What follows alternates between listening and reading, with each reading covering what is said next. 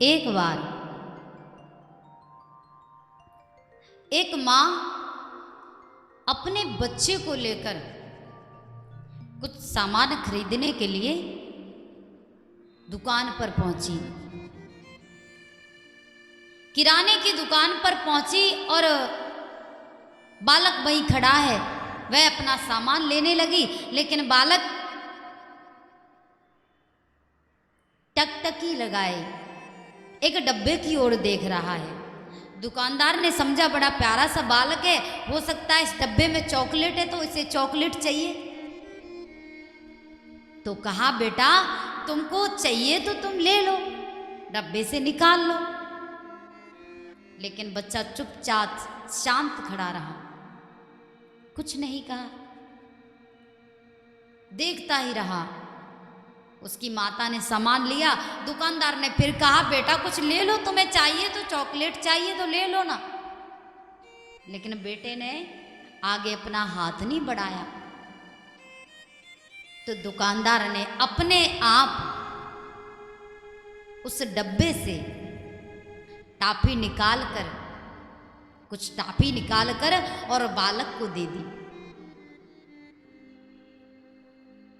बालक ने ली, एक हाथ से नहीं दोनों हाथों से ले ली। दोनों हाथ उसके भर गए। जब दुकानदार ने उसको टाफी दी, दोनों हाथ उसके भर गए। अपनी माता के साथ वह घर के लिए जाने लगा।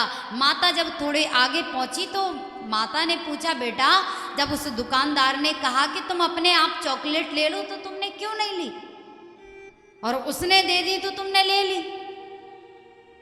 कहा मैया मेरे हाथ तो है छोटे छोटे, अगर मैं अपने हाथ से निकालता तो मेरा एक ही हाथ भरता, वो भी कितनी सी आती थोड़ी सी। जब उन्होंने अपने हाथ से मुझे दी तो देखो मां मेरे दोनों हाथ भर गए। इसीलिए कहते हैं कुछ न मांगने से भी कभी कभी व्यक्ति को बहुत कुछ मिल जाता है। इसीलिए हम परमात्मा से कभी कुछ न मांगे। अगर मांगना है तो गोविंद को मांग लो।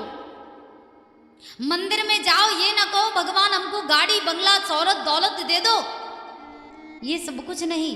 एक बार बस जाकर ये कह दो हे प्यारे हे मेरे गोविंद आपको ही मुझे दे दो।